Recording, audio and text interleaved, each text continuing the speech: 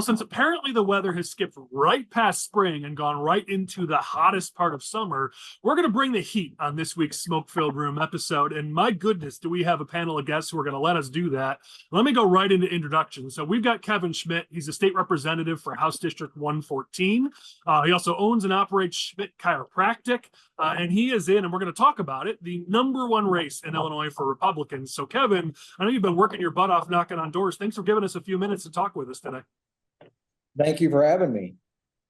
We're going to get into your race and talk about it in depth in a little bit. So we will definitely be doing that. We also have Travis Weaver. He's a state representative for the 93rd district. I'd like to say he's newer, but Travis, you've been in office longer than actually I think I realized. But we've got you to bring the energy and passion you bring to everything, and we're glad to have you with us.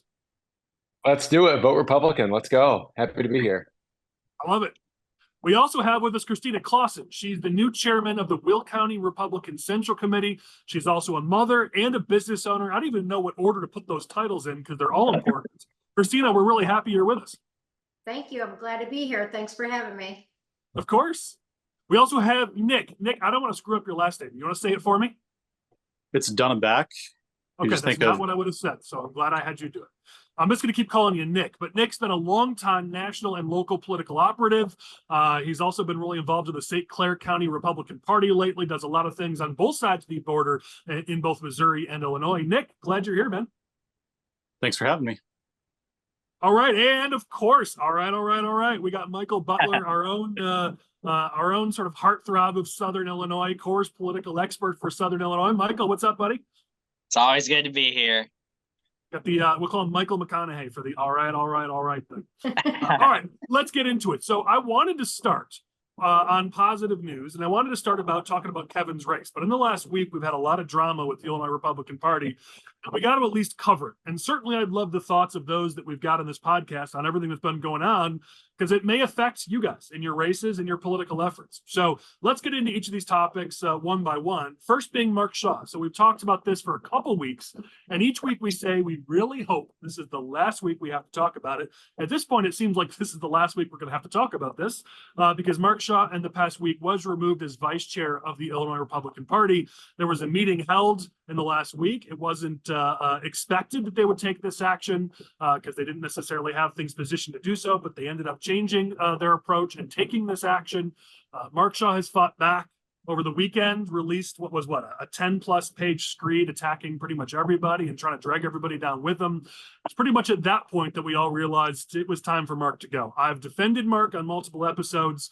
Even 2 weeks ago on this podcast, I defended him. But if you're going to start throwing attacks around to every Republican around you, that's just not what we need right now. So it seemed like it was clear. It was time to make a move. It was time to move on. I'm sure not everyone will have thoughts on this topic, and that's okay. But if anyone would like to talk about this, feel free to jump in and give your thoughts. Michael, why don't I have you kick us off just to get things moving? Yeah, that sounds good. I mean, I think that this was the right move. I voted for Mark Shaw for national committeeman. I thought, of the options that were on the table, that he was the best fit for that role. I mean, he's been involved for a long time in Illinois Republican politics. He comes with a lot of knowledge. He's an attorney, which I think that is, an asset in that role. But there were a lot of mistakes made over the convention weekend, including, fraudulently voting, which he should have known better than to have done that. And then the 10-page screed, if you want to call it that he put out over the weekend just added even more fuel to the fire. I think it was in bad taste for him to, attack a lot of other people. He should have just addressed the issue at hand. But, you want people to vote for you to keep your job. So you think attacking them probably isn't the best way to keep it. Yeah, and Michael, your point is a really valid one, which is this was a serious thing. We've got a topic in our agenda later to talk about how Democrats will do anything to win. They will change the rules. They will break the rules in order to win. If we're going to be the party that's above that, then we've got to actually be above that. So I think it's a valid point, Michael. And this thing has been mishandled from the start. I mean, whether it's from Mark or we'll talk about Don Tracy next or from the party, this did not need to be this big of an embarrassment, this big of a scandal. This could have been handled quickly and quietly. because it's been bungled. Now here we are weeks later still talking about it, and it's hurting our party, and we should be talking about how to win Kevin's race and how to go knock out the Democrats. We shouldn't be talking about this crap, but here we are. Yep. Well, he should have, Don Tracy asked that he resign from as vice chairman, and he chose not to do that, which, resulted in the state central committee having to vote on that on Monday. I think it would have saved us a lot of headache and angst if he just would have stepped down. I think that's what he should have done. But unfortunately, he, prolonged this for basically a month, like to the day, which wasn't good. Yeah, I mean, the good news is it's June as we record this. So, I mean, this is still convention time. The media wants to spin this as the Republican Party's in disarray. And, the Democrats are, of course, pouncing on this and on the Don Tracy news, which we'll talk about next. But the truth is, this is when this stuff is done. May, June, this is when the calendar is set up for this, to figure out what our party's going to look like. The official kickoff for campaign seasons, the July 4th parade season. That's when everything kicks off. So if this has to be done, it is being done at the right time and gives us a chance to unify and get focused on the real enemies here. So for all the media's attempts, the Democrats' attempts to spin this like our entire party is in disarray, that's just not what I'm saying. Yeah, and to your point about being in disarray, we shouldn't be talking about this. We should be talking about how do we help Kevin Schmidt win? How do we help Desi Anderson win? How do we help Nicole Laha get reelected?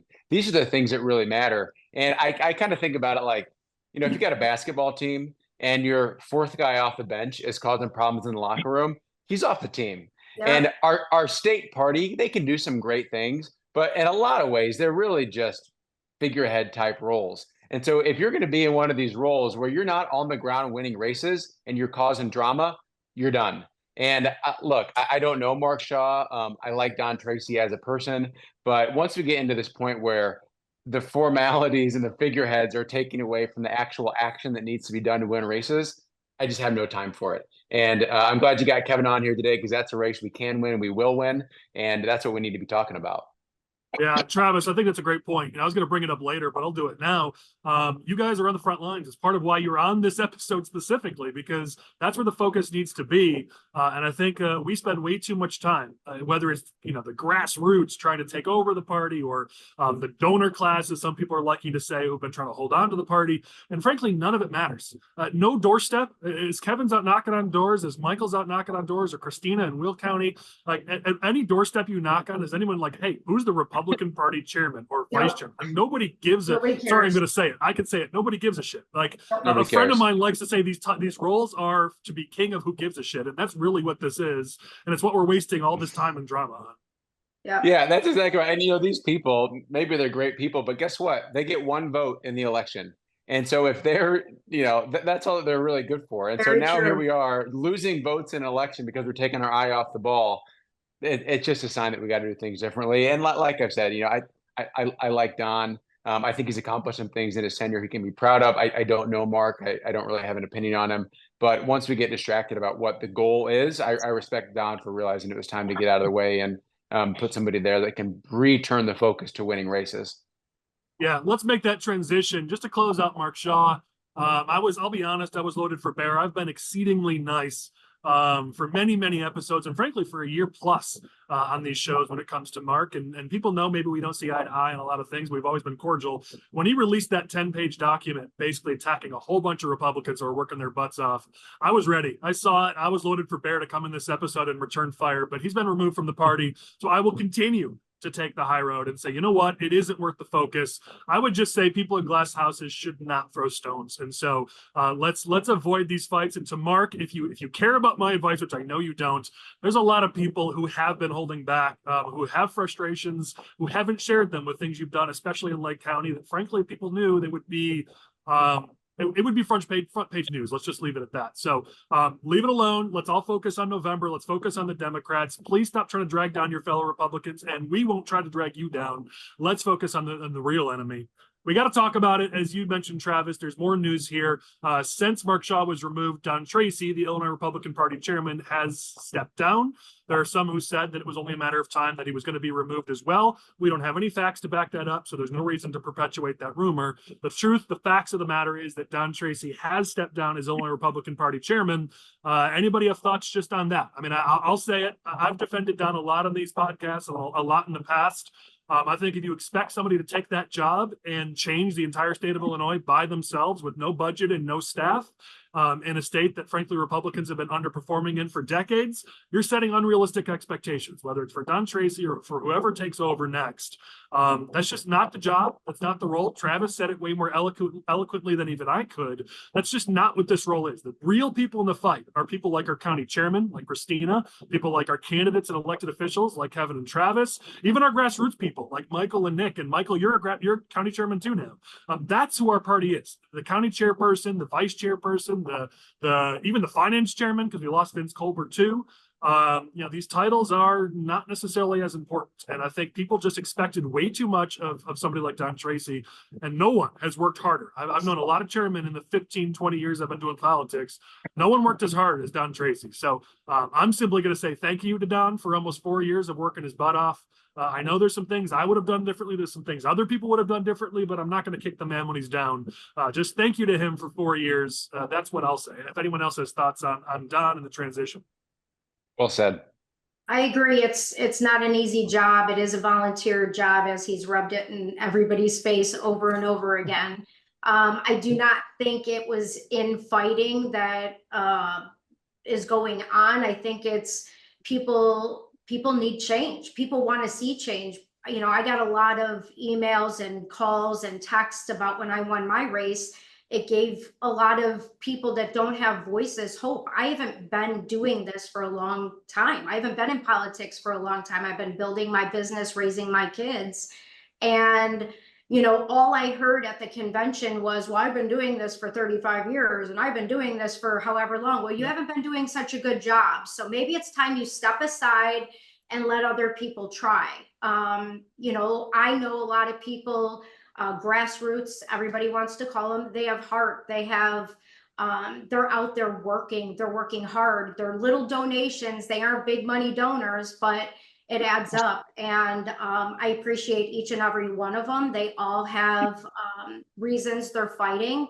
It's not all because they want titles or money or big positions. They just they genuinely want to change what's going on in this world.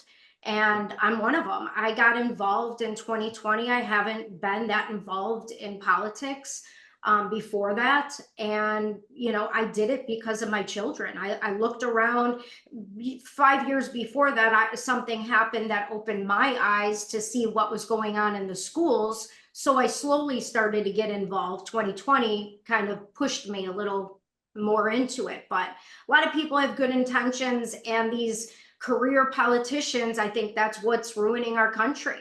They lose sight of what needs to really be done, and they make deals, and they don't want to hurt the other side's feelings. I'm not worried about hurting anybody's feelings. I have everything to lose and nothing to gain. I'm all in, so let's roll. I love that about you. And listen, I think you've made a good distinction. Doing something is not the same as doing something well. Right. We face that a lot. I mean, Nick, you probably face it too. We face that a lot just in the political space where, we're doing good work. We're winning races. We're out there making a difference. And then you get those consultants who've been around for 20, 30 years who haven't won in a decade. And, they're telling people, hey, hire us because, we've got 30 years of experience. It's like, yeah, but it's 30 years of losing. So maybe we should give something new a try. So, Christina, I feel you there for sure. Yeah. Well, I think one of the things that's important is we had contested primaries across the state, in March. The national committee man and committee woman, those were contested. We're gonna have, I'm sure Don's replacement, I'm sure that's going to be contested as well. And, everybody has their opinions on who the right person for the job is. But once that vote happens, it's got to, it's all hands on deck. We have to support that individual and try it and help them every way we can, because that's how we're going to win races and be more successful. You kind of have to put that behind you when the time is right. And hopefully we can do that. Yeah. Well, I mean, I think about, we all kind of knew it was the end when we saw just last week. I mean, Don Tracy kind of did a little bit what Mark Shaw did, started attacking other Republicans, kind of, you could tell he was off script. Those of us who've been in politics for a while, we know when you're on script and when you're off script, and you can tell about a week ago, things just fell off script, and maybe Don stopped listening to some of his advisors. I don't know, but you could tell it was the end. And, I get his frustrations. I certainly do. But, he talks about how, I mean, he lobbed some attacks at some Republicans. I talked about it last week. That was not helpful. That's not the way to leave. It's not the way to step out from this role. I know he's frustrated, but again, there's good-hearted people. Yes, there are some who are in this for their own gain. We get that. But there are many people, like Christina said, people like Christina, like Michael, who are the grassroots of this party, who work their butts off, who are good-hearted, who aren't doing this for their own personal gain. I think lumping everybody together is, not a productive exercise. All right, let's move on to our last topic here so we can get on to the things that really matter. And I think this one does matter. Where does the Illinois Republican Party go from here? I would ask maybe Travis and Kevin, if you'd like, on, what would you guys like to see? Because you're on the front line. So what would you like to see from the party, or maybe just see less of, like maybe just less drama? Michael and Christina as county chairman, what would you guys like to see, whether it's from the chairman's role or just from the party in general, to support your county organizations? Because you guys are the front line, not the state party. And Nick is somebody who's been involved for a long time in politics. Where do we go from here, and how do we make sure the party is actually a net plus as we're trying to win elections in November? Anybody can feel free to jump in. I'd like take it away, Christine. I'd like to see somebody represent the North and the South. I think I'd like to see, there's a couple names being thrown around, and the two names that are being thrown around are complete opposite sides of Illinois. And I think it would be amazing if they were both chair, co-chair, and one of them, they're both amazing men. And I hope that it happens. I hope at least one of them get in. I would support both. But I feel like one of them would bring the party together, the grassroots and, the establishment, if you want to call it, but there's no good terms for it. Yeah.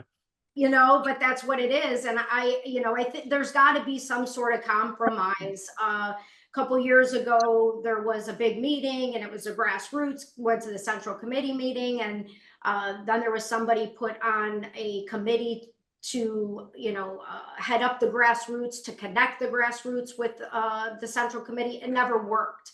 But there needs to be some sort of compromise there. There needs to be, somebody needs to bring us together. And who I'm hearing is the people that are, the names that are being thrown out there. I think they would bring it together and, bring us all together and go from there. I'd like to see more press conferences about the crazy stuff going on, men in women's locker rooms and in women's sports. Like, these are hot topic issues that nobody's wanting to touch.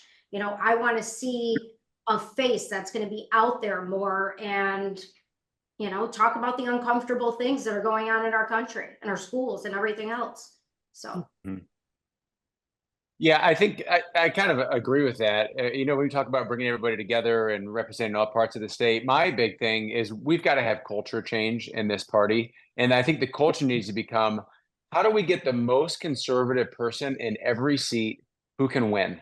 That's the biggest thing. Yes. I'm very conservative. I'm a Yes. Christian gun-owning farm kid who owns a small business. I mean, you go down the line, I'm a red-blooded conservative.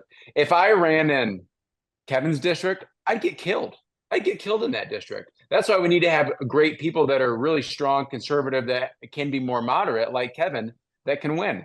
And if we go in every single one of these races and we just have this purity test, are you conservative enough? We're going to get crushed. But there's a lot of seats that we can win. And I would rather have somebody that I'm with 80% of the time, and on the other 20% is still going to probably even hear my argument, either if they're not right there with me. I'd rather have that person than have a red-blooded conservative running in a seat that we can win, but they're not the right representative for that seat. And I think that, we have so many people that, great example. How often do you hear the Democrats say the word dino? I've never heard him say it. How often do we say rhino? Every day. And hey, I'm pretty conservative. There are a lot of rhinos that I wish were more conservative. But if we got to get somebody who's more moderate, and that's how we win a seat, and maybe we can't win statewide with the super conservative, but we can win with somebody who's fiscally responsible, with us on most social issues, and can turn this state around, that's what I'm here for. And so I'd love to see, as part of this new leadership, that we have culture change where our focus is the most conservative person that can win. Because if they can't win, doesn't matter.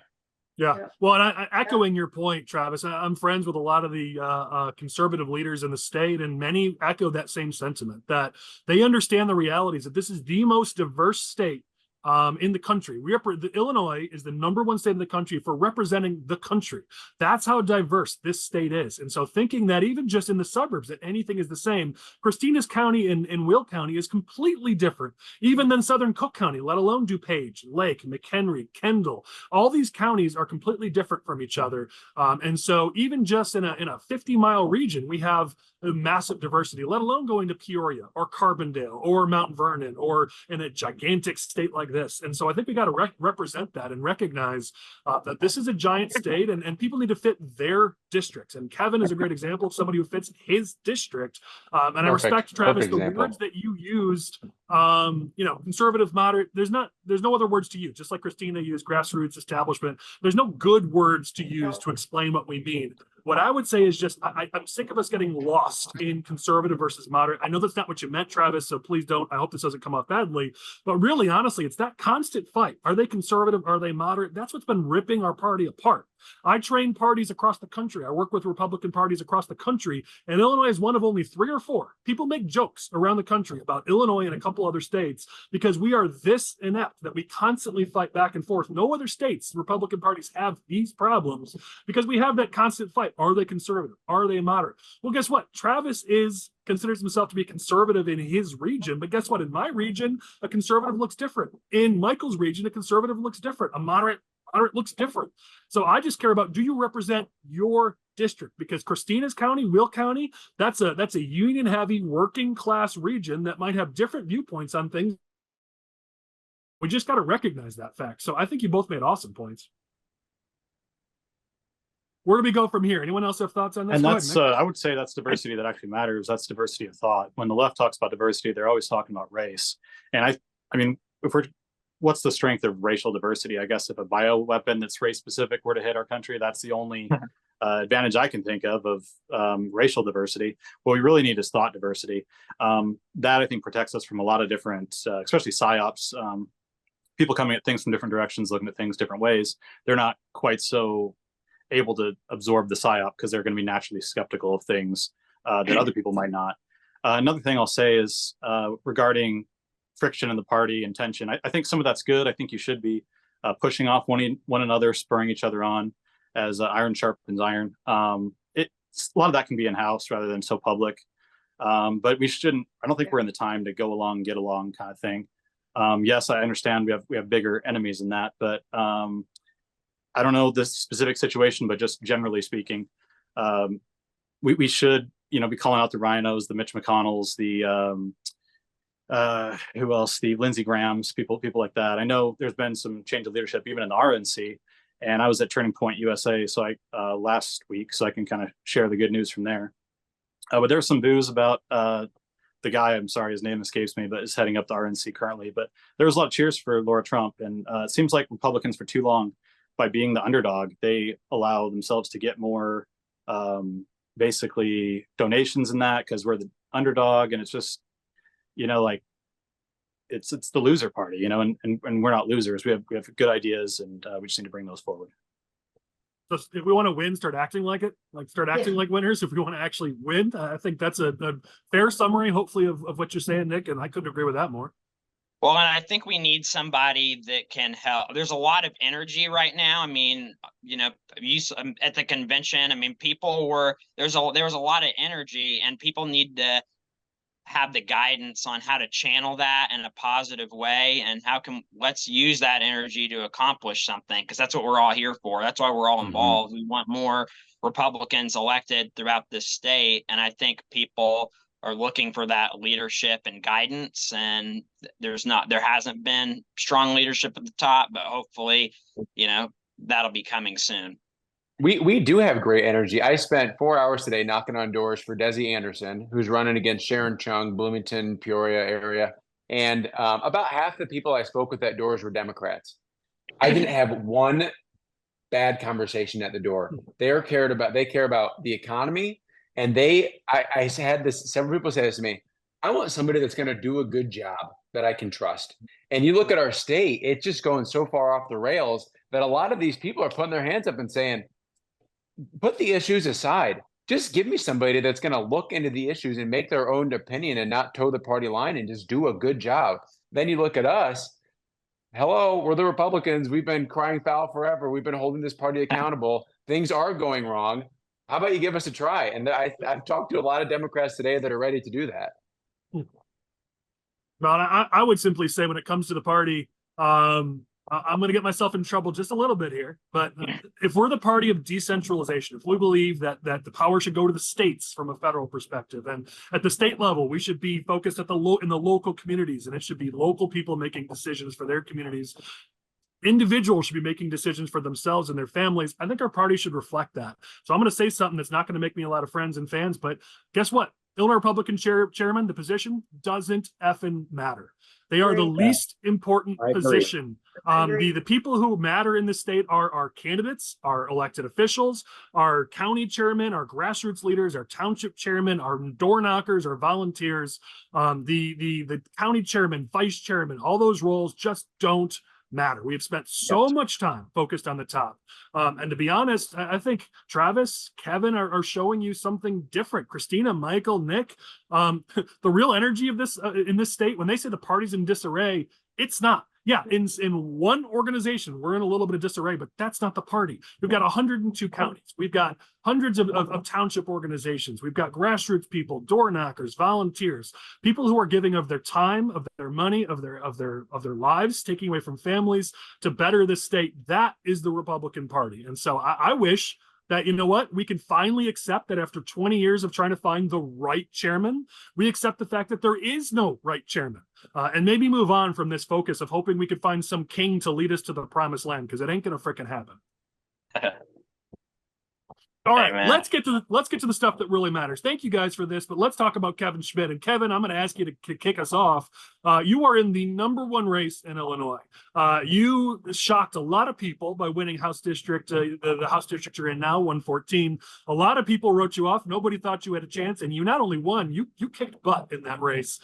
You shocked the Democrats, so they are bringing LaToya Greenwood back, and they're bringing lots of money, lots of effort to try to knock you off. And you are running a strong campaign. You're working your butt off. Tell people about your race and tell people why they should care, even if they're all the way in Northern Illinois, why they should care about your race and why they should help make sure you win. Well, so, my district previously was I would say much more left leaning. And the new lines are moderate. LaToya Greenwood is not a moderate. Nobody would say she is. I am. That would be an objective statement, not my opinion.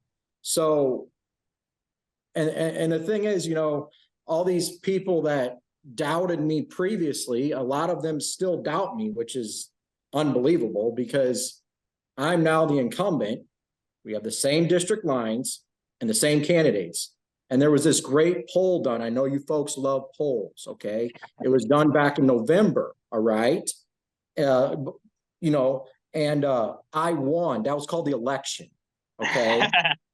and I'm gonna win again. So it's just, Let's go.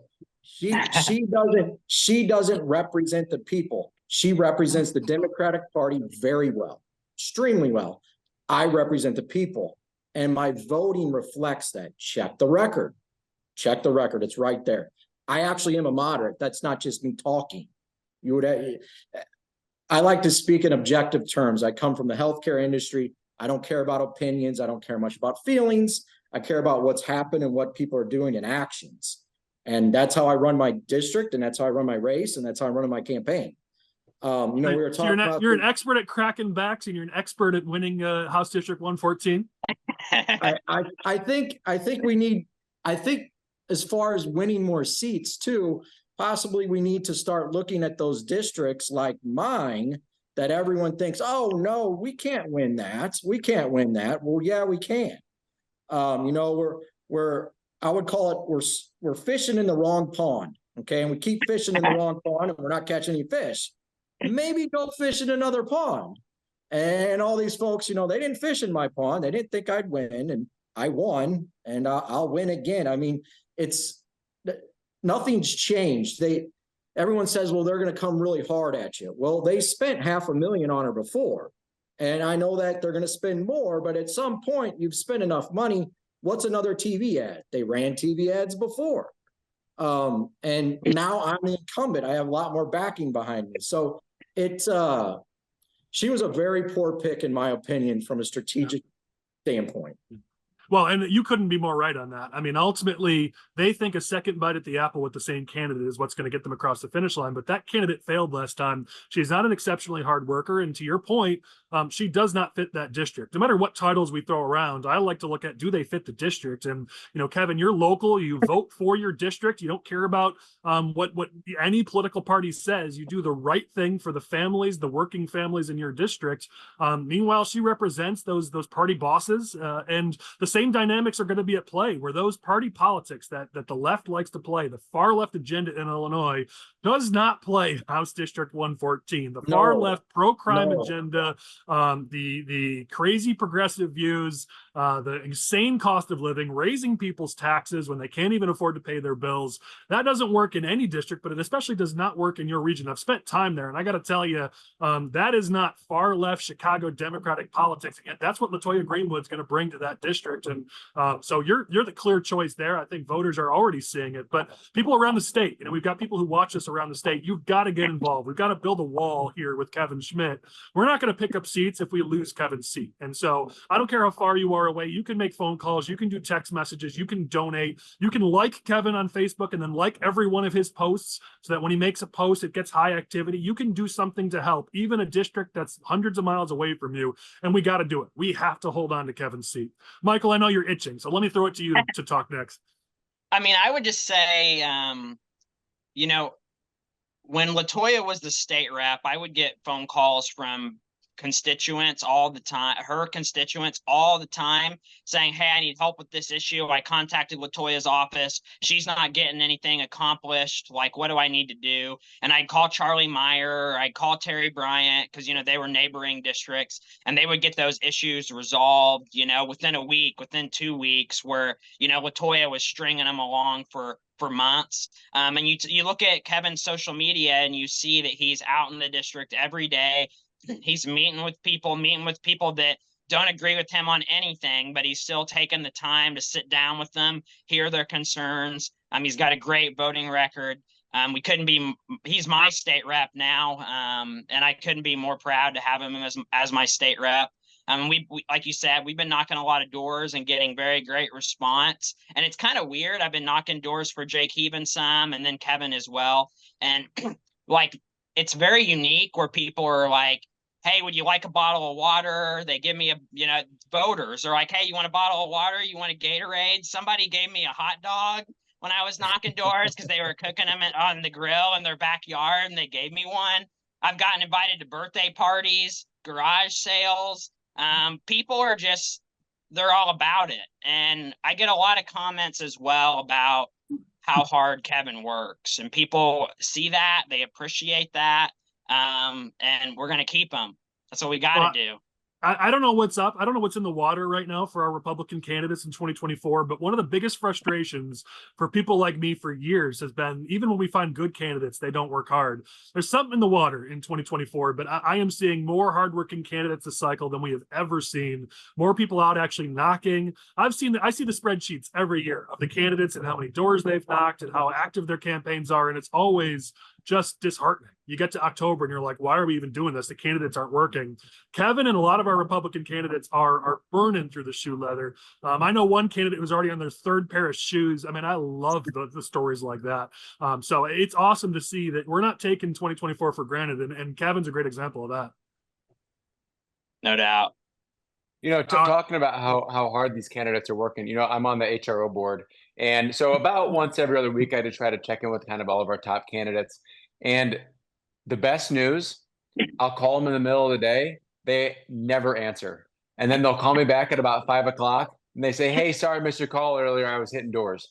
And I just love it, man. I call and it's like clockwork, man. I call and it rings. And here I am, somebody who's giving them money and they're not even picking up the phone. And they call and it rings and they call me at 5 or 6 o'clock and they say, sorry, I missed you. I was hitting doors. And I was like, great, don't answer, hit those doors and call me later. Yeah.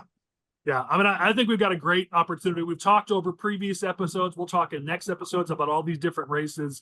Obviously, today it's Kevin because we have the man, the myth, the legend with us today. But we've got some great opportunities, and part of the reason for this podcast is to help people around the state, like Christina said, focus our efforts. It's and Travis with the fishing analogy, which I'm no fisherman, so I won't even try to make a fishing analogy. But we've got races we can win, and we really just can't be focusing our efforts in the wrong place. Because let's be honest, 2024 is going to be overall a difficult cycle for us. We know that. So let's go focus on those places where we can win. And Will County is one of those places. House District 114, one of those places. Desi Anderson, Sharon Chung is incredibly vulnerable. We've got some key districts we can win. We got to focus our efforts. We don't have enough people. Right now, maybe in 10 years, we could focus on every race. But right now, we are way outnumbered. We are way outgunned by Democrats in this state, especially because they get to pay their workers with government money and we can't. So if we think we're going to just spread ourselves thin and fight every single battle, it ain't going to happen. All right, so we do this every week. We do the song of the week, and usually it's about a political topic, but I decided to do something a little different this week. So we type into our little music generator here, and it spits out lyrics. It spits out a song for us. And usually it's on a political topic, but this week we did a song I put in here about Kevin Schmidt and how he's going to win because he's the best candidate who works the hardest. Let's see what this song spit out. This is all our first chance at hearing this, so we're going to find out if it's amazing or if it stinks. You all tend to send me text messages telling me if the song was good or not. So you all have to let me know what you think. Let's hit play and let's hear what the music generator thinks about Kevin Schmidt.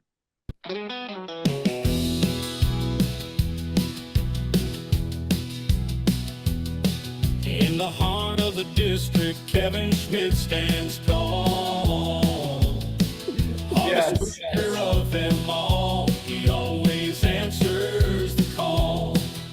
Shakes every hand, walks every street, the community's heartbeat. The voice that can't be beat. He's the best candidate, Kevin will dominate. Loved by all in every way. Together we will win the day. All right, it's a good start. This is a good one so far. That's fantastic. You got a theme song for your next rally, your next event. That's awesome. Here we all share. LaToya stands in his path, but Kevin fights with grace. They come with the millions, but we'll win the race. He's the best candidate, Kevin will dominate. Loved by all in every way, together we will win the day. All right, I like it. That was pretty good this week. I like this. That was good. Love I that. dig That's it. fantastic. So true. I think Kevin's got a new ringtone. There we Yeah. go. Yeah. My wife will love that. There we go.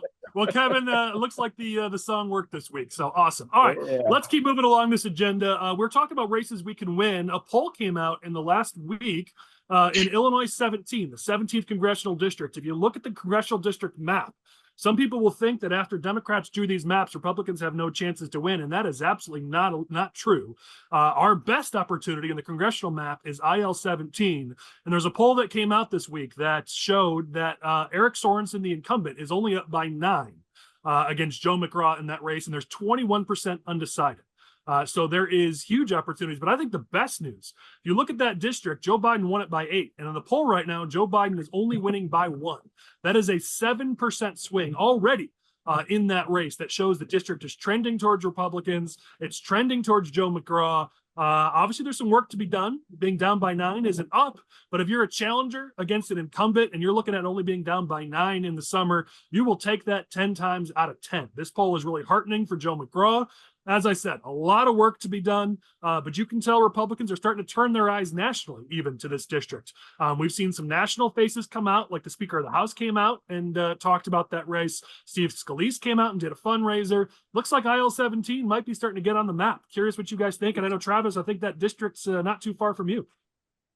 Yeah, it's I have a lot of it. Kewanee in Fulton County, I represent, shared with Judge Joe, soon to be Judge Joe. I was one of the first people to come out and endorse him. I'm a huge fan of his. And you look at what's going on right now in our federal government. You can't trust it. You can't trust the DOJ. And here you have this judge who's an incredibly honest guy with a great record on the bench, stepping up to serve. And when somebody like him steps up to serve, not because he's a climber, he could go to Florida and be retired if he wants to. He just sees this guy, Eric Sorensen, who's totally out of touch with the district, is more focused on celebrating Pride Month and LGBTQ than he is about actually getting to know the district.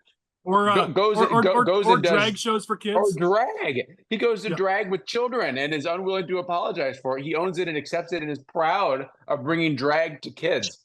That's just not Illinois 17. Judge Joe is a fantastic candidate, and I'm excited for that one too.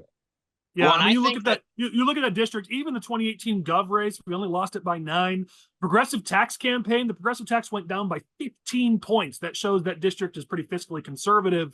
Sorensen only won it by 4 last time around. And if you look at the data on the local level, all throughout that district, my data team does this analysis throughout the state. And if you just look at locally throughout that whole district, it's just D+1.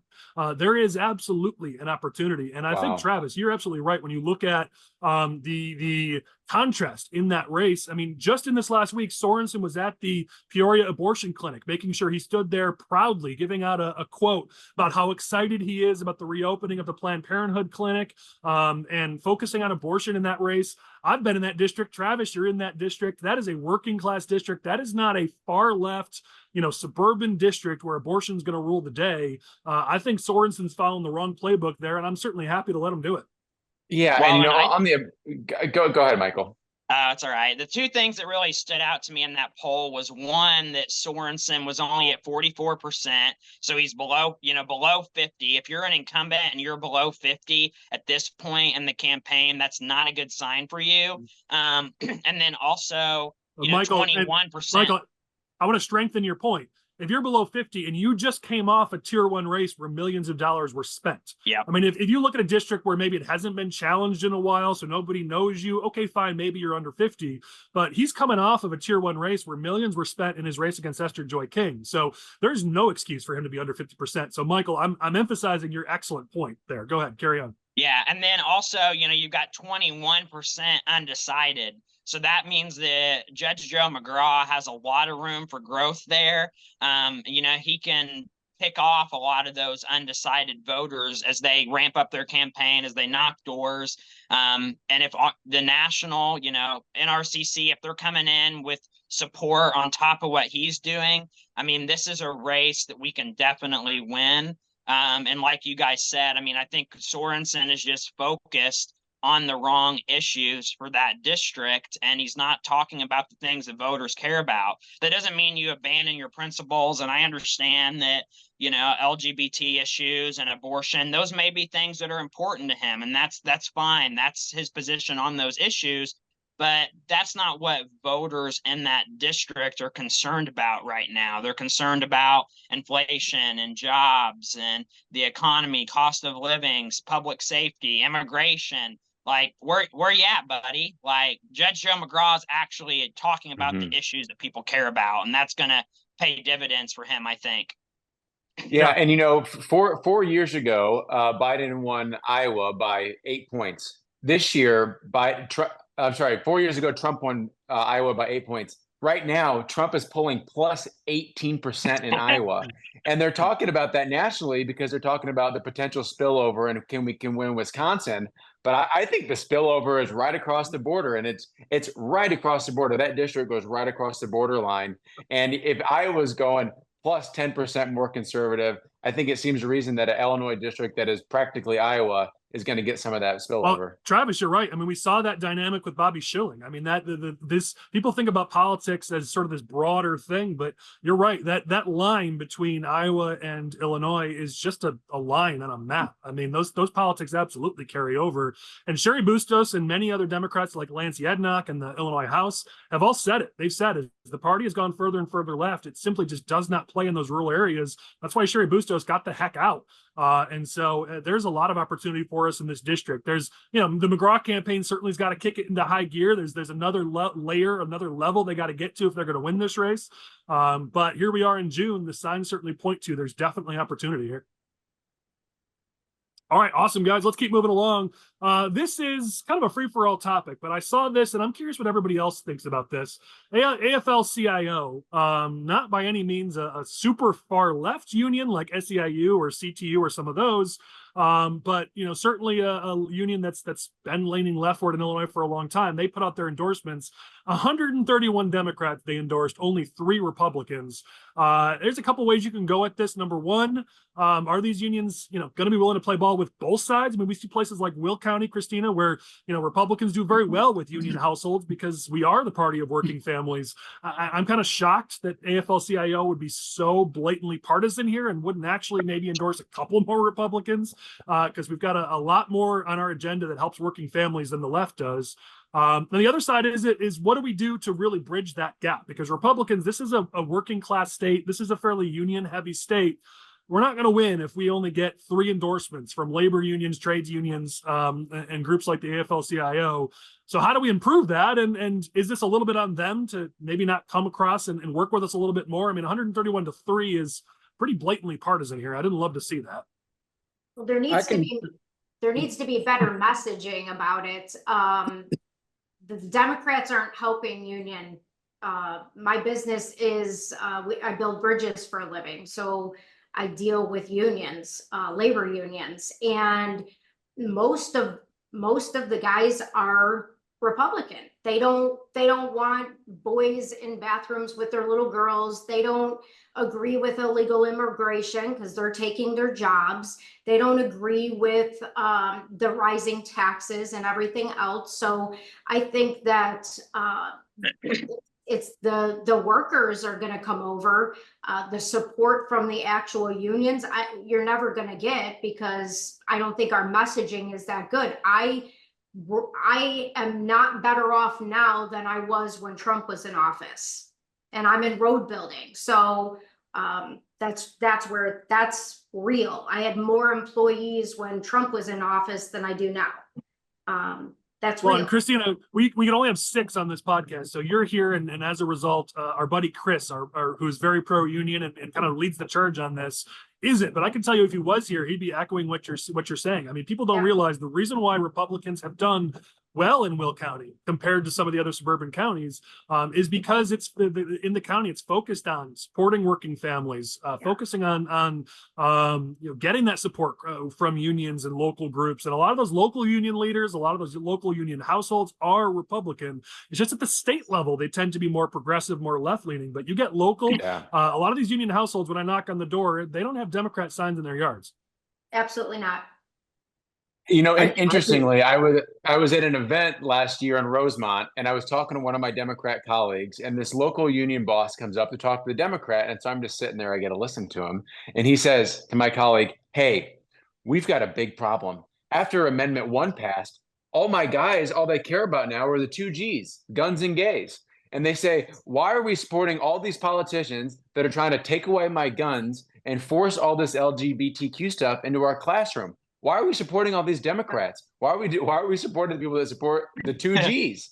And he said, they just don't get it. Now that Amendment 1 passed, they don't care about our union issues anymore. And it's so interesting that, you see the AFL-CIO and who they endorsed. And I think they've got a huge problem with their members, because after Amendment 1 passed, these union guys aren't worried about their union rights anymore. Those are all codified into our Constitution. What they care about is how they can raise their family, and do they want to live in Illinois? And when they're screwing up our public schools and trying to take away their guns, they're not supporting politicians that align with those two priorities of theirs. Interesting. Kevin, you've been trying to jump in. Go ahead, man. Yeah. I mean, I can definitely say I've had a pro-union voting record. Worked with them very well, and there's unions that are supporting me. At the top, I think there may have been some strings pulled for my opponent. So I would imagine so, for sure. I mean, if you were to look at it from the outside in and look at the voting record and look at it very objectively, you'd say, wow, I can't believe he was not, endorsed by them. I can't believe it. But obviously there was some behind the doors things happen. And here's the thing, the members know my voting record, and the members that vote know who I am. You see, that's what matters. They're the ones that vote. Well, and I'm not going to out anybody, but I'll bring them on these podcasts so they can out themselves. I've talked to a number of Republican or union leaders who have specifically called out your race, Kevin, and said that they want you to win that race. So you're probably right. Yeah. The strings were pulled, arms were twisted, deals were made to make sure they endorsed possibly against their own interest in your race and some of these others. There are more than 3 Republicans who are great options for them to endorse. And yeah, Brad Stevens, Jennifer Santalitro, Mike Coffey, I'm certainly glad they got endorsements because they are great Republican leaders, but there are a lot more that should have gotten this endorsement. And I would feel like it behooved them.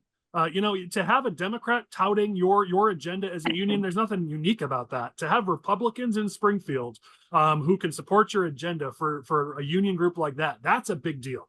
And so frankly, it would be better for them to play across the aisle better, because that's going to help their agenda. Nick, go ahead, man. You were trying to jump in earlier. Yeah, I would actually like to take a swing at this topic. So this is kind of near and dear to my heart. I don't know why this is surprising to anyone, because back in 2020, they propped up Joe Biden, and that's what during the Kung Flu, they had to have a virtual, it was like a summit or whatever. And the comments were brutal. They had to just turn them off because people were like, I don't like killing babies. I don't like giving up my guns. And yeah, they just completely shut down the comments. And they're not as bad as the teachers union, as was brought up before.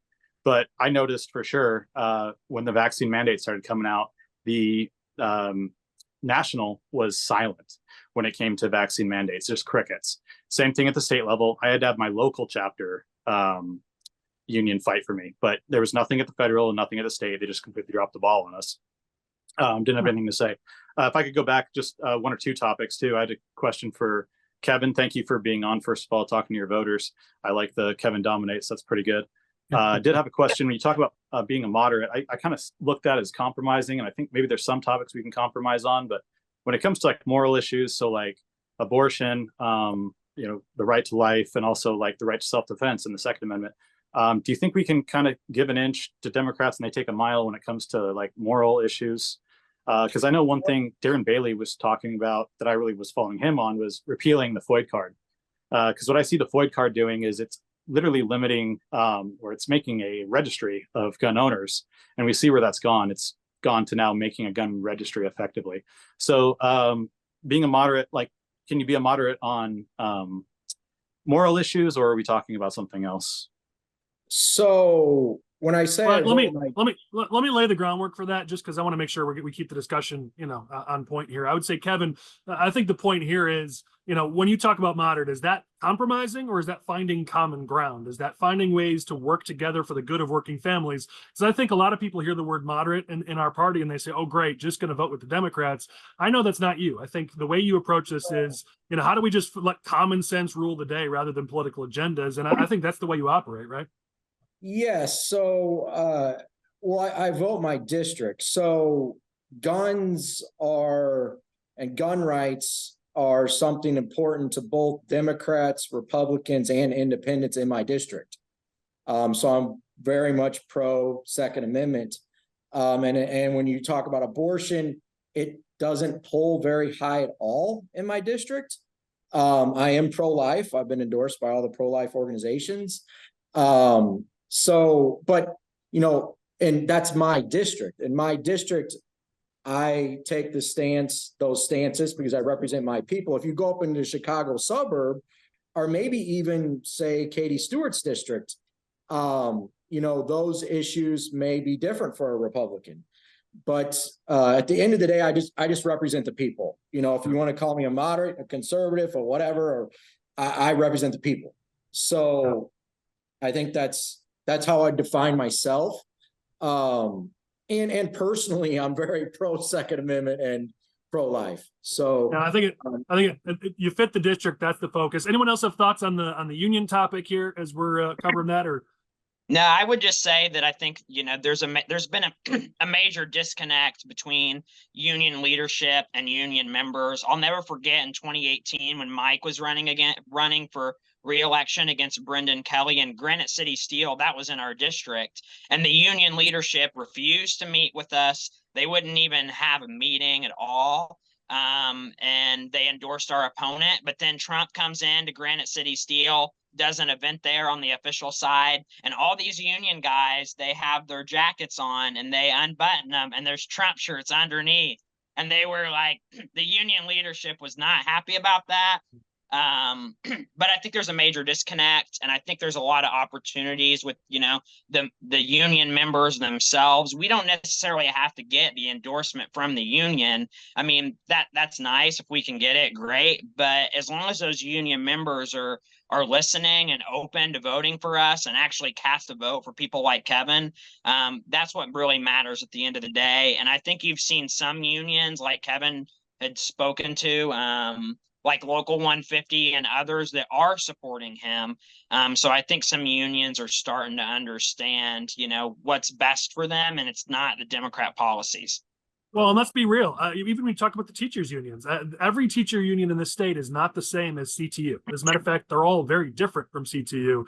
Out towards the suburbs, even, let alone through the rest of the state, there are many of these local unions who actually are willing to work with people that maybe the CTU says is, we're not going to work with them. So I think even when you get outside of those, uber progressive union leadership or Chicago unions, you've got a lot of even local union leaders who are more willing to look at things objectively and bipartisanly. So I would hope that would continue, and maybe we could build on that.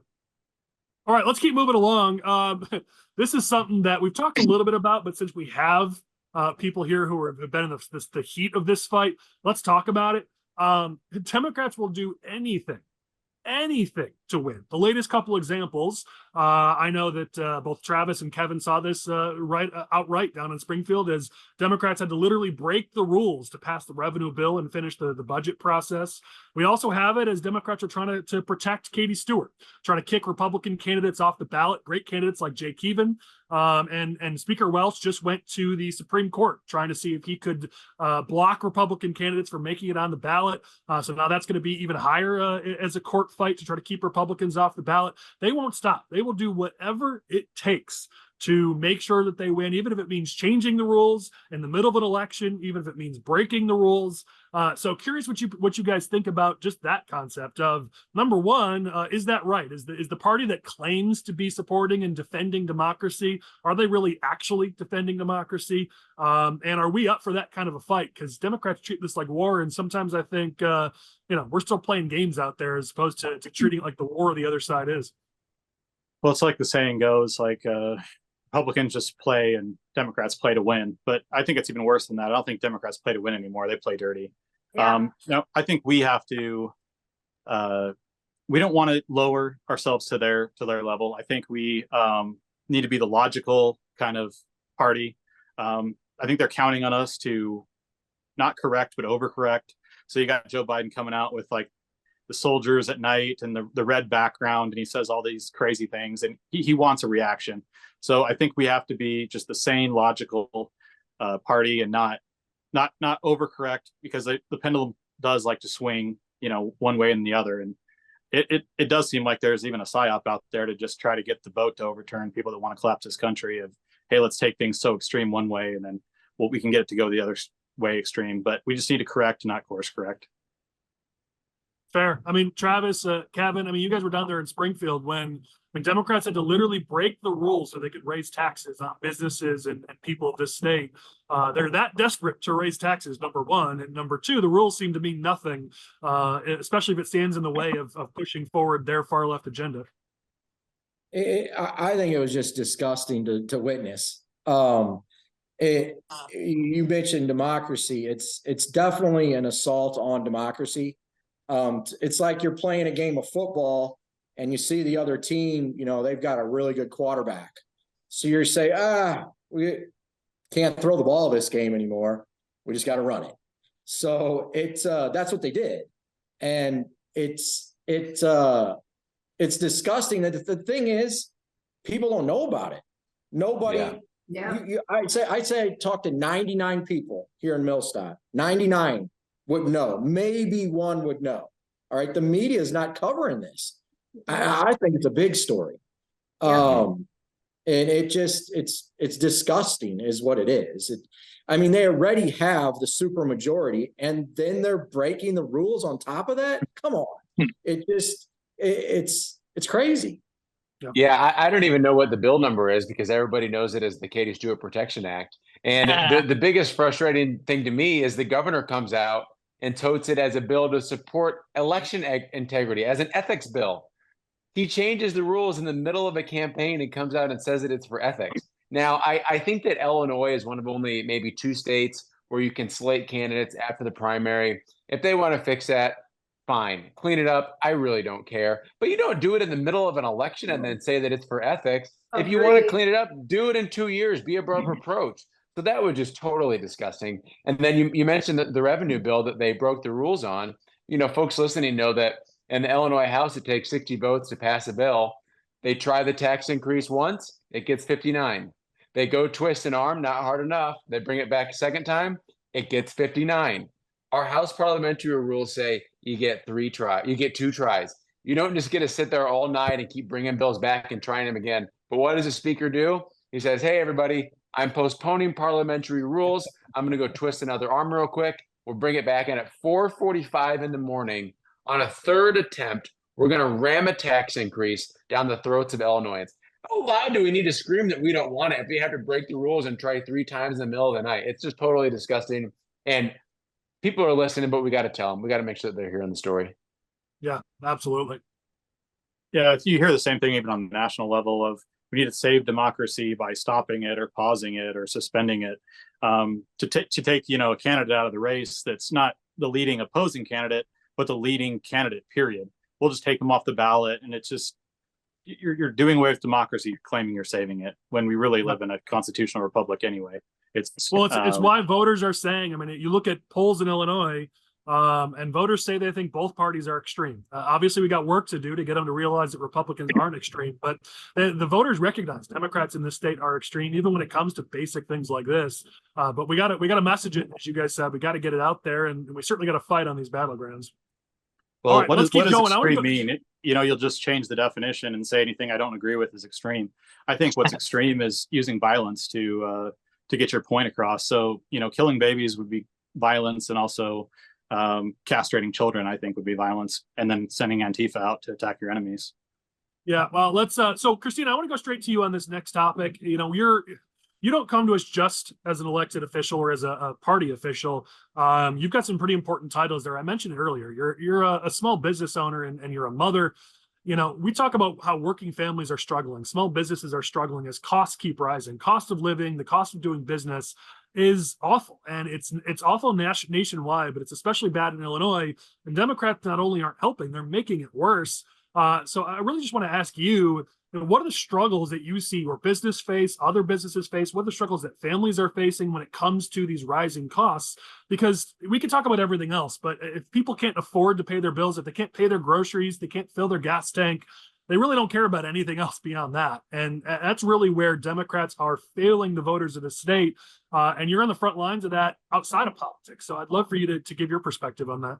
Honestly, I don't know how people are doing it. I don't, it's a struggle. It's,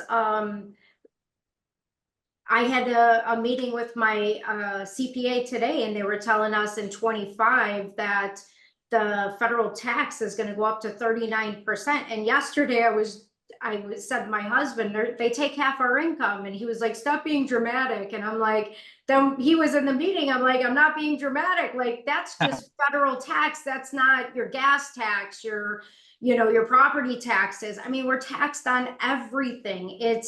And on top of it, you got inflation. And on top of that, like, I'm a business owner and I'm in infrastructure, and they're not releasing work. It's not good. And I mean, you guys drive on these bridges, you got to see, like, there's some scary bridges out there, and why aren't we fixing them? Why are we sending money over to Ukraine and fixing their bridges and their infrastructure? Well, and Christina, in Illinois, I know this is something that Travis, Kevin, and especially the Senate Republicans have been talking about. Why are we spending billions of dollars on non-citizens as our bridges crumble when it comes to healthcare and other things? Yeah. There was a poll done in Will County, and the biggest concern in Will County voters, including independents, Democrats, and Republicans, was the illegal immigrants. Second was the rising inflation, gas prices, and all that. So it's a big deal here. I mean, we're wasting money on people that are here literally illegally, and I think that's why they're breaking all the rules and doing all these things, because they know what's coming. They know that we have a really good chance at winning this year, and they're scared. They're scared we're going to get into control and change things. So yeah, as you guys are out knocking on doors, Michael, Kevin, Travis, I mean, cost of living has just got to be, we see it in every poll. What are you guys seeing at the doorsteps? I mean, every poll comes back and says that is by far the biggest concern for voters out there. I'm assuming that's what you're seeing at doorsteps too, right? Yeah, I mean, I see a lot of cost of living. I see, recently a lot of the real estate taxes, property taxes went up. We're getting those bills right now as we speak in St. Clair County. So, it depends on where I'm at in the district. My district is very diverse.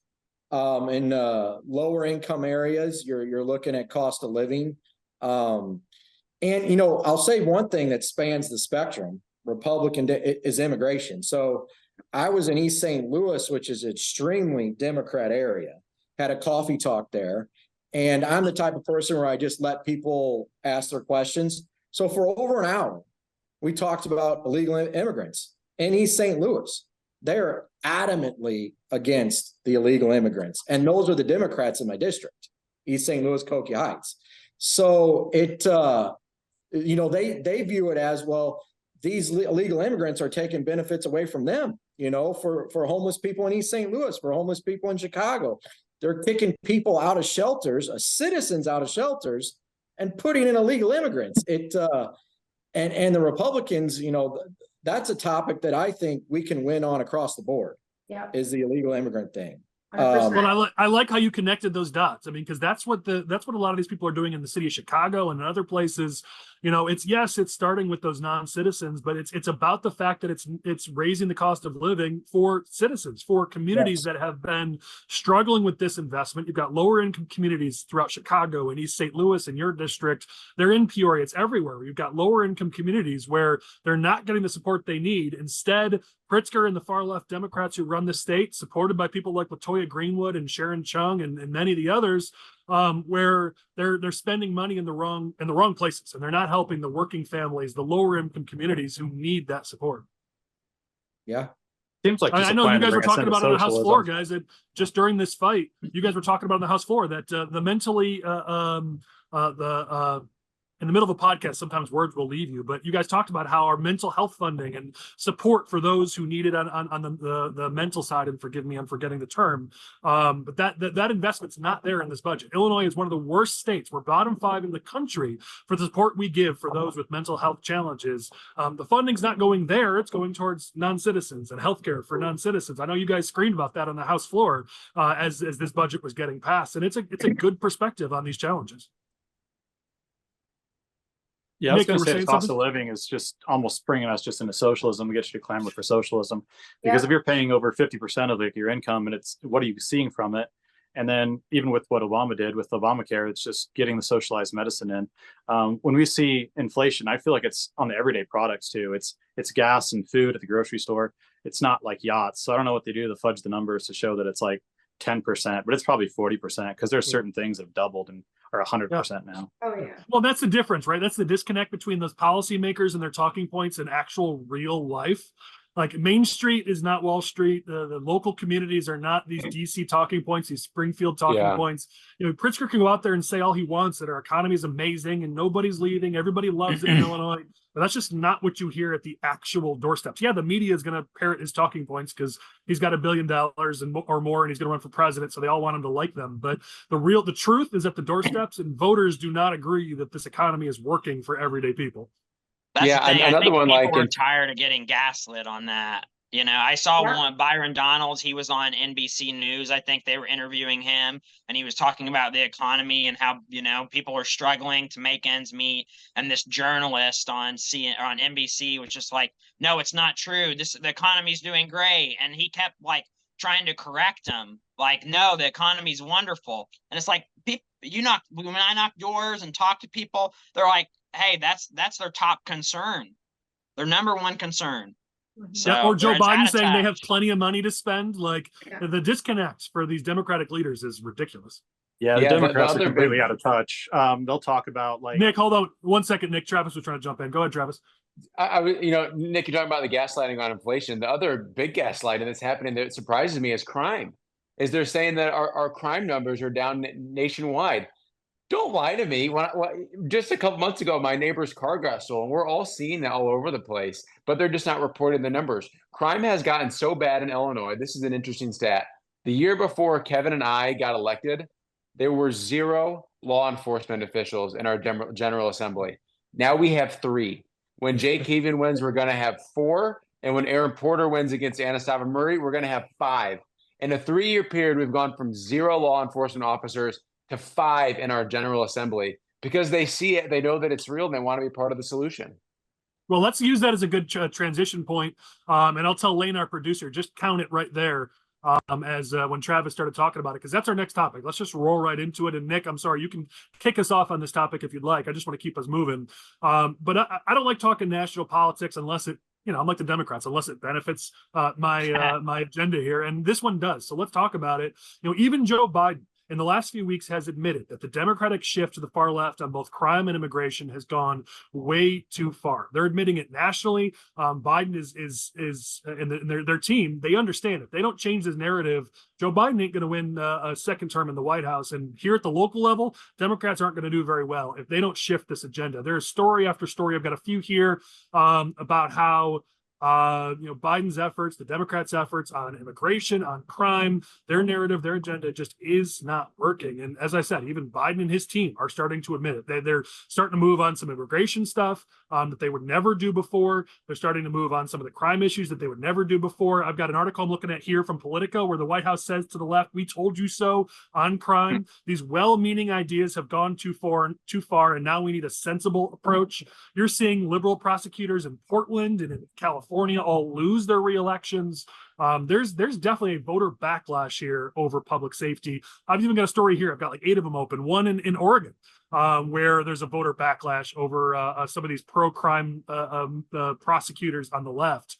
There's definitely finally a realization, but it's too late by Biden and some of the Democrats that this far left shift on crime and immigration ain't working. Nick, why don't you kick us off? Well, it's clearly an election year, and that's why you see the change. But it's just going to be lip service. We've seen their hand. We've seen what they're capable of. It's not an accident. This is basically a plan. They can't be this dumb. But it's the Safety Act in Illinois. They'll let criminals out on the street, that kind of thing, the next day, catch and release. But yet, someone running for office, 34 felonies about just not itemizing your expenses properly. Yeah, I want to read this one quote from the article, and then anyone else has thoughts jump in. But here we go. In recent months, Biden has warned advisors that scenes of chaos at the border or crime in cities pose an increasing political danger. They risk turning off the independent and suburban voters who may be repulsed by much of Donald Trump's policies and personality, but could be willing to vote for him anyways in the name of public safety. Again, this is Biden telling his advisors, we're screwing this up. So crime, immigration, you guys have kind of already covered it, but if you want to touch on it, here's our topic. Democrats in this state, we can't call them criminals anymore. They're justice impacted individuals. The crime is out of control. Immigration is a serious challenge. And it creates a giant opportunity for Republicans who have a more sensible approach, who have a more common sense, mainstream approach of keeping people safe and focusing our tax dollars on the people we need to be helping. Yeah, they'll change the statistics. So they delete all the big cities off those statistics. That's why they can fudge those numbers. So justice impacted individual, they'll use those kind of terms. But then you got Alex Soros, which is Soros's son, going on the mainstream media saying Donald Trump needs to be called a convicted felon at every turn. So they talk out of both sides of their mouth when it's politically convenient for them.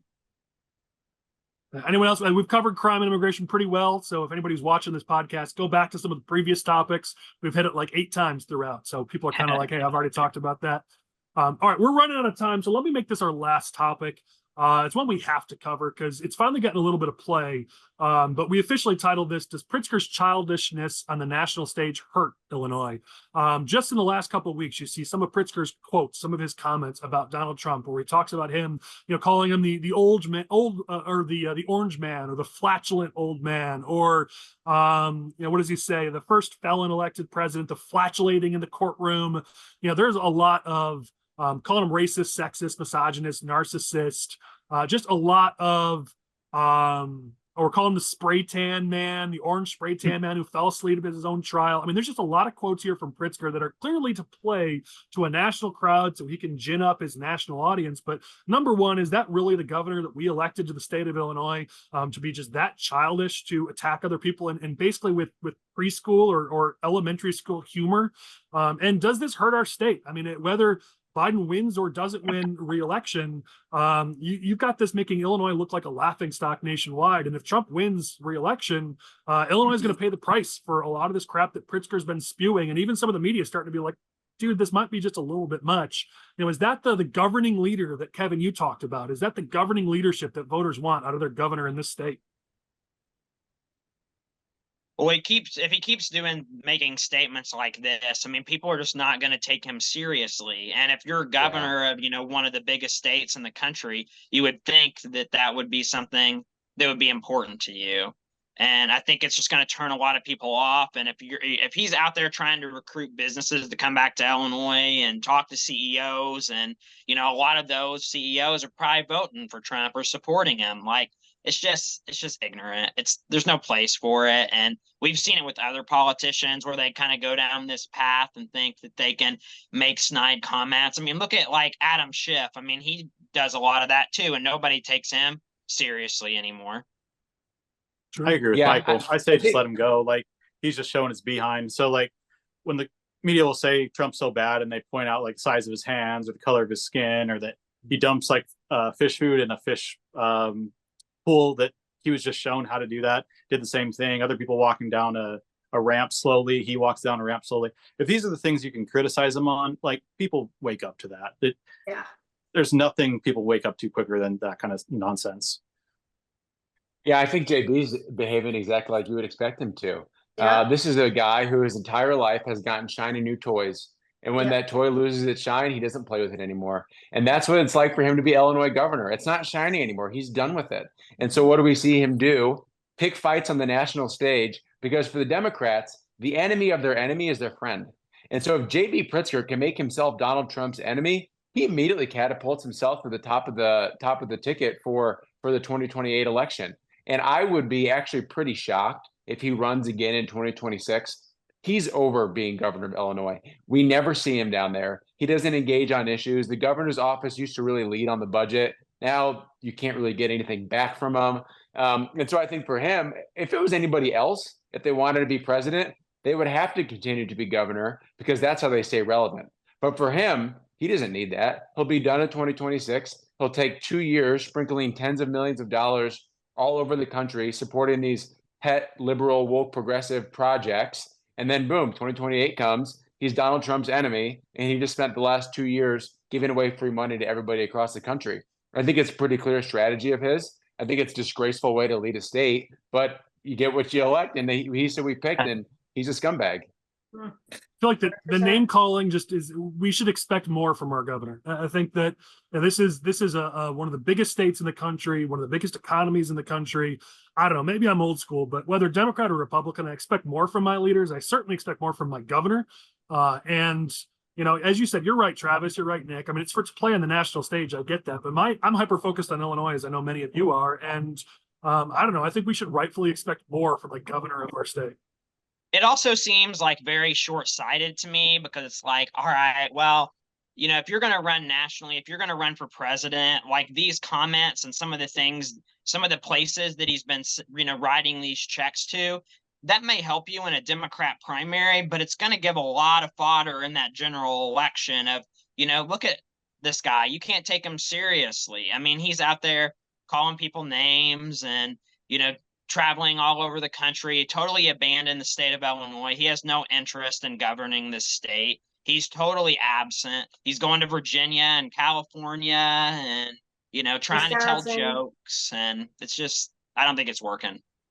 Yeah, I mean, to me, it's also the double standard. I mean, if anybody dares make a fat joke about Pritzker, you've got the media running to his defense. You've got Capitol Facts running to his defense. But it's okay for a Democratic lawmaker to have an event after Trump got elected where you literally take a fake gun and shoot Donald Trump at his fundraiser. It's okay for a Hollywood person to hold a head of Donald Trump's severed head, and everyone cheers that. But you make a fat joke about Pritzker. Oh no, that's too far. I mean, you got to hold people to the same standard. I mean, Aaron Del Mar was attacked. One of the names of people who wants to be state party chair. He was attacked because he happened to make a couple jokes about Pritzker's weight. But it's okay for Pritzker to talk about Donald Trump being fat and flatulent and orange and everything else. You got to hold people to the same standard. I think it's kind of ridiculous. And they made fun of Chris Christie all the time about the same thing. Yeah. All right, well, let's close it down there. As always, we let each of our guests give their final thoughts. There's topics here in the agenda we didn't get to, so feel free to jump to that if you want, or just anything else you want to cover as a final topic for you. Kevin, let's give you the final word here on things on your end. Any final thoughts you have as we close down the podcast?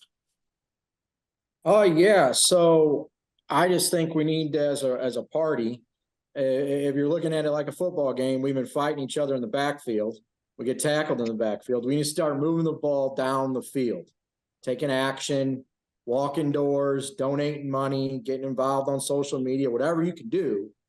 We need to stop focusing our energy on each other and start focusing on moving the ball down the field and winning. So I mean, we have the energy, we have the desire, we have the passion. It needs to be focused to move the ball down the field, not on each other. Yeah, I like that. Great message. Nick, what about you, man? Final thoughts? I'll just mention immigration one more time. I mean, who is this topic really helping? Maybe the cartels and the coyotes that are trafficking children, but like, it's not good for even and the fentanyl coming in. So it's not good for even all those South American countries. Like, they're having a brain drain. The people that can get out of the country get out. So they're losing maybe their best minds with doctors and some of the more educated people and the folks in those countries. But also they're emptying out their prisons and they're emptying out their asylums, and they're just coming right here. And then we're, funding wars all over the world, and yet we have a completely open southern border. So it seems like a great vector for attack, not to give any ideas, but it seems like that would be where they would focus all their energy is.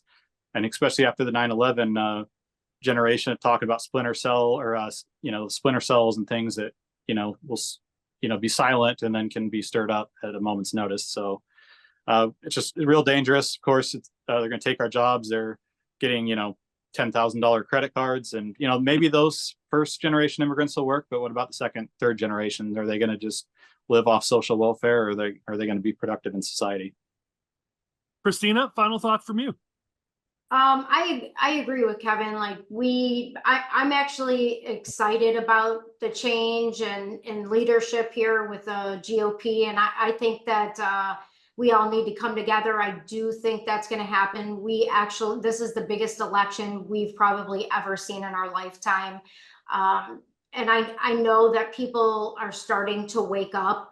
In life, I've learned that when things are really, really bad, there's always an upside to it. And I see people starting to wake up. I see people starting to get involved. I see the excitement to change things. And I have a good feeling about the future. So I'm going to keep fighting. And, I'm really glad, something bad brought me into politics, but I've met some of the most amazing people, and I'm just going to keep fighting. So right alongside you guys. So good luck to all you guys running. So, or Kevin, you running. I love that that focus on the positivity. That's awesome, Christina. Travis, your final thoughts. Thanks, Collin. Yeah, real quick, just a shameless plug. I have my own podcast, The Good People Project, that highlights just the great people that are stepping up to do the work of the citizens in Illinois. Available on Apple Podcasts, Spotify, and YouTube, The Good People Project. And then another just shameless plug is for my friend Kevin Schmidt here. Kevin is an incredibly hard worker. He represents his district really well. He took a pay cut to do this. He's making way less as a state rep than he could be serving his customers as a chiropractor. He's doing it for the right reasons. And we got to make sure Kevin comes back in 2024. He's loaded for bear. I've got full confidence in him. Awesome. Michael, what do you got, man? I'm just going to say, if anybody wants to come down to sunny Southern Illinois and knock doors with me and Kevin, or me and Jake even, we'd be happy to have you. And I'm sure we can find a couch for you to sleep on or something like that, because we got a country to save and Kevin's doing good work and we need to keep him. I like it. Well, thank you to our guests. This was an awesome episode. You all brought the heat. I love it. Thank you to everybody who watches. Next week, we're going to be in person. It's our first in-person episode in a while. So reach out to us if you want to come out. You get a chance to join us as we tape our next week's podcast in person. We'll be in Schaumburg, I believe. Lane can bring up those details on screen. Reach out to us if you'd like to join us for next week's episode. And afterwards, we all get a chance. We smoke some cigars. We hang out. If you don't smoke or don't, it's fine. You can still come and join us. We talk politics for a little while. But thank you to Lane Davis, our producer, and to all of you who watch every week. We're going to be back next week with some pretty exciting guests as well. So don't miss it. We'll catch you next week on the Smoke-Filled Room.